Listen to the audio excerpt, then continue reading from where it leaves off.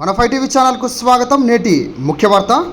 ఎన్నికల్లో ప్రధాన ఘట్టమైన నామినేషన్ ప్రక్రియ రేపటి నుండి మొదలవుతున్నట్లు రాయదుర్గం ఎన్నికల రిటర్నింగ్ అధికారి కరుణకుమారి సూచించడం జరిగింది. అనంతపురం జిల్లా రాయదుర్గం పట్టణంలో స్థానిక తహసీల్దార్ కార్యాలయంలో ఆమె మీడియా సమావేశం ఏర్పాటు చేస్తారు. ఈ సందర్భంగా ఆమె మాట్లాడుతూ ఎన్నికల్లో ప్రధాన ఘట్టమైన నామినేషన్ ప్రక్రియ రేపటి రోజు అనగా 18వ తేదీ నుండి 25వ తేదీ వరకు కొనసాగుతుందని, ఆర్ఓ ఆఫీస్లో నామినేషన్లు స్వీకరించడం జరుగుతుందని ఆమె పేర్కొనడం జరిగింది.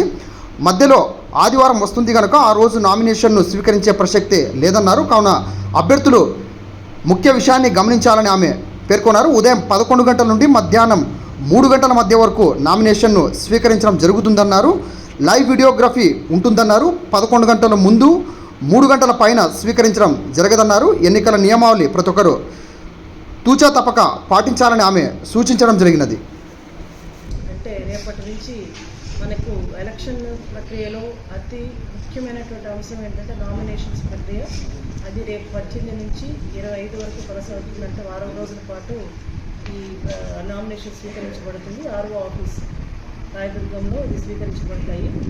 మరి మధ్యలో ఒక ఆదివారం వస్తుందండి. ఆదివారం పబ్లిక్ హాలిడే కాబట్టి ఆ రోజు ఎటువంటి నామినేషన్ స్వీకరించబడవు.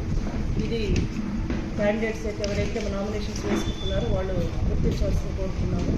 అలాగే నామినేషన్స్ టైం కూడా ప్రతిరోజు 11 నుంచి 3 గంటల వరకే ఉంటుందండి. Not before 11 or after 3. ఇది కూడా క్యాండిడేట్స్ గమనించవలసిన కోరుతున్నామండి. ఎట్టి పరిస్థితుల్లో మనకి ఇక్కడ ఏంటంటే ఆర్ఓ ఆఫీస్లో ఒక డిజిటల్ క్లాక్ ఉంటుంది. అలాగే వీడియోగ్రఫీ, లైవ్ వీడియోగ్రఫీ రన్ అవుతుంటుంది. ఆ వీడియోగ్రఫీలో కూడా డేట్ అండ్ టైం స్టాంపింగ్ ఉంటుంది కాబట్టి దాన్ని ముఖ్యంగా అది ఏదైతే వీడియో తీస్తున్నామో ఆ సీడీలు ఎలక్షన్ కమిషన్కి కూడా మనం పంపడం జరుగుతుంది.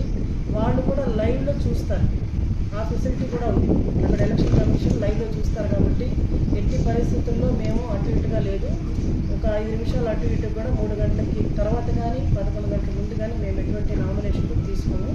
కానీ ఒకవేళ లాస్ట్ అయిపోయింది ఒకరోజు 3 గంటల టైంలో ఎవరైతే ఆ రోజు ఛాంబర్లో ఉంటారో ఎంతమంది ఉంటారో వాళ్ళ వరకు మాత్రం స్వీకరిస్తామని ప్రతిరోజు 3 o'clock అంతా ఒక అరగంట ముందు అనౌన్స్ చేస్తాం. మైక్లో 2:30 కంతా అనౌన్స్మెంట్ ఉంటుంది.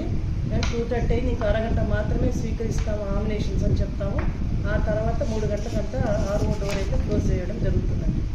తర్వాత ఎటువంటి ఆర్గ్యుమెంట్స్ కానీ ఇంకేది కానీ మీరు అభ్యర్థులు దయచేసి మమ్మల్ని ఇబ్బంది పెట్టద్దండి. అది ఎందుకంటే ఎలక్షన్ కమిషన్ గైడ్లైన్స్ కాబట్టి మేము తప్పకుండా ఫాలో అవ్వాలి. ఇలాగే నామినేషన్స్కి వచ్చేటప్పుడు కూడా 100 meters రేడియస్ అనేది ఖచ్చితంగా రూల్ ఉంది. మన ఆర్ఓ ఆఫీస్ చుట్టూ కూడా 100 meters రేడియస్ కింద మనం సెక్యూరిటీగా పెట్టుకుంటున్నాము. అంతవరకు మాత్రమే క్యాండిడేట్స్ వాళ్ళు ఒక 1+4 members వస్తారు. వాళ్ళు ఎంటర్ అవుతారు మన ఆఫీస్లోకి. అలాగే క్యాండిడేట్ కాకుండా ఇంకెవరైనా వాళ్ళు ఏజెంట్ కానీ వస్తే 1+3 members మనము ఆర్ఓ ఛాంబర్లో అలో చేస్తాము.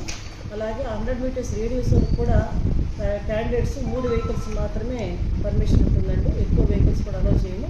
అక్కడే వెహికల్స్ ఆపేసి 100 meters రేడియస్ లోపల వాళ్ళు నడుచుకుంటూ వచ్చి ఆర్ఓ దగ్గర నామినేషన్ ఇవ్వాల్సి ఉంటుంది. నామినేషన్కి వచ్చే ముందే వాళ్ళు బయట మనము వాళ్ళ ఎలక్టోరల్ రోల్ పెడతాము. వాళ్ళు ఇప్పుడు ప్రతిపాదకులు ఉంటారు కాబట్టి మామూలుగా state and central national recognized parties అయితే ఒక ప్రపోజర్ ఉంటారు. అలాగే ఇండిపెండెంట్ అండ్ అదర్ క్యాండిడేట్స్కి అదర్ పార్టీస్కి అయితే మనకు 10 ప్రపోజర్స్ ఉంటారు. కానీ ఈ ప్రపోజర్స్ మాత్రం ఖచ్చితంగా ఐదర్ నేషనల్ పార్టీ కానీ స్టేట్ పార్టీ ఏదైనా ఇండిపెండెంట్స్ అయినా ఎవరైనా సరే ప్రపోజర్స్ అన్న వాళ్ళు ఇక్కడ కాన్స్టిట్యున్సీకి చెందిన వాళ్ళు మాత్రమే ఉండాలి. అవుట్ ఆఫ్ ద కాన్స్టిట్యున్సీ మెంబర్స్కి అలో చేయడానికి కుదరదు. వాళ్ళకి అది స్పష్టంగా ముందే చెప్తాం. వాళ్ళకు కూడా మీటింగ్ పెట్టుకోమని చెప్పడం జరుగుతుంది. కాబట్టి ఎట్టి పరిస్థితుల్లో అదర్ కాన్స్టిట్యున్సీ వాళ్ళు ప్రపోజల్ తీసుకోబడదు. అలాగే క్యాండిడేట్ వచ్చినప్పుడు 1+4, క్యాండిడేట్ రాని పక్షంలో వాళ్ళు ఏజెంట్ పెడితే 1+3 members మాత్రం ఇక్కడ అలో చేస్తారు. కాబట్టి వాళ్ళు ఎలక్టోరల్ రూల్ బయట చెక్ చేస్తారు కాబట్టి అన్ని ఎలక్టోరల్ రూల్స్ ఉంటాయి. కొత్తగా చెక్ చేసుకున్న తర్వాత అవి తీసుకొని రావాలి. అదే క్యాండిడేట్ అయితే వేరే కాన్స్టిట్యున్సీకి చెందిన వాళ్ళు అయి ఉంటే వాళ్ళు ఆ కాన్స్టిట్యున్సీ నుంచి అక్కడ ఎలక్టోరల్ రూల్ నుంచి సర్టిఫికేషన్ అనేది తీసుకురావాల్సి ఉంటుంది. అలాగే వారు వచ్చినప్పుడు నామినేషన్ ఫామ్తో పాటుగా వాళ్ళు ఏమేమి తేవాలో వాళ్ళకి ఒక చెక్ లిస్ట్ ఇస్తాము. దాని ప్రకారం వాళ్ళు ఒక ఫోటోగ్రాఫు, వాళ్ళ బ్యాంకు వివరాలు, వాళ్ళ పాన్ కార్డు వివరాలు, వాళ్ళ ఫ్యామిలీ మెంబర్స్ సంబంధించినటువంటి అందరికి సంబంధించినటువంటి ఆస్తి వివరాలు అన్నీ కూడా తీసుకురావాల్సి ఉంటుంది. అలాగే వాళ్ళందరూ కూడా అనమాట వాళ్ళ అఫిడవిట్లో క్రిమినల్ యాంటిసిడెంట్స్ ఏదైతే ఇది చాలా ముఖ్యమైనదండి. క్రిమినల్ యాంటిసిడెంట్స్ సంబంధించి కూడా వాళ్ళు ఒక అఫిడవిట్ ఫైల్ చేయాల్సి ఉంటుంది. దీంట్లో కూడా ఇది ఖచ్చితంగా వాళ్ళు ఫిలప్ చేసి లేదు అంటే లేదు, ఉందంటే ఉందని మాత్రం ఇవ్వాలి. ఒకవేళ కేసెస్ ఏదైనా ఉండి ఉంటే కేసెస్ వివరాలు కూడా దాంట్లో స్పష్టంగా తెలియజేస్తూ వాళ్ళు ఇవ్వాల్సి ఉంటుంది. తర్వాత ఇక్కడికి వచ్చిన తర్వాత ఒకరికి నామినేషన్స్ మనము తీసుకొని ఒక నామినేషన్స్ ఒక 4 sets వరకు తీసుకురావచ్చు, లేదా అంతకన్నా వాళ్ళ ఇష్టం అండి ఎన్నైనా తీసుకురావచ్చు. But maximum 4 sets. ఆ 4 sets సంబంధించిన ఎంక్వైరీస్ అన్ని తీసుకురావాలి. 1 by 1 చూసుకొని వాటికి ఒక సీరియల్ నెంబర్ ఇచ్చేసి వాళ్ళకి అలాట్ చేయడం జరుగుతుంది. అలాట్ అంటే తీసుకొని పెట్టుకుంటామండి. ఇవన్నీ కూడా తర్వాత దాంట్లో ఏదన్నా మిస్ అయితే వాళ్ళు ఇవ్వలేకపోతే ఏదైనా పరిస్థితి ద్వారా వాళ్ళకి ఒక చెక్ లిస్ట్ ఇవ్వబడుతుంది. ఆ చెక్ లిస్ట్లో మనం సూచించిన టైం లోపల అంటే స్క్రూటినీకి ముందు రోజు వరకు వాళ్ళు కొన్ని స్క్రూటినీ లాస్ట్ డేట్ వరకు కొన్ని అని ఒక డేట్ ఫిక్స్ అయిందండి. అది క్లియర్గా మెన్షన్ చేస్తూ వాళ్ళకి ఇవ్వడం జరుగుతుంది. వాళ్ళు ఆ టైంలో తీసుకొచ్చి ఇవ్వాల్సి ఉంటుంది. స్క్రూటినీ టైం దాటిపోయిన తర్వాత వాళ్ళు తీసుకొస్తే మాత్రం వాళ్ళ నామినేషన్స్ మాత్రం రిజెక్ట్ చేయడానికి అవకాశం ఉంటుంది. కాబట్టి ఎట్టి పరిస్థితుల్లో వాళ్ళు ముందుగానే తీసుకొస్తే బాగుంటుంది. ఎవరికి ఎటువంటి ఇబ్బందికరమైన పరిస్థితి తలెత్తకుండా ఉంటాయి.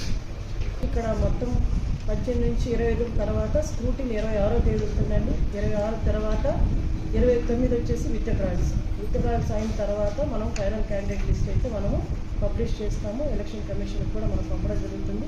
ఫైనల్ క్యాండిడేట్స్ లిస్ట్ అయినప్పుడు సింబల్ అలాట్మెంట్ కూడా జరుగుతుంది. ఎవరైనా ముఖ్యంగా ఇండిపెండెంట్ క్యాండిడేట్స్ ఎవరైనా ఉంటే వాళ్ళకి ఒక చాయిస్ ఉంటుంది. ఆ చాయిస్ ప్రకారం సింబల్ అలాట్మెంట్ కూడా జరుగుతుంది. ఏదైతే మనకు నియమ నిబంధనలు పెట్టారో దాని ప్రకారం నడుచుకొని మనం పీస్ఫుల్గా నామినేషన్ ప్రాసెస్ జరుపుకోవాలని మీకు అందరికి కూడా నేను తెలియజేస్తాను. పబ్లిక్ కానీ ఇతరత్ర కానీ మనకు ఆ రోజు పోలీస్ సెక్యూరిటీ ఉంటుంది కాబట్టి వాడికి ఇచ్చిన ఇన్స్ట్రక్షన్స్ మేరకు ర్యాలీలుగా వచ్చి అక్కడ కొంచెం హడావుడి చేసి గోల చేసే అవసరం లేదు.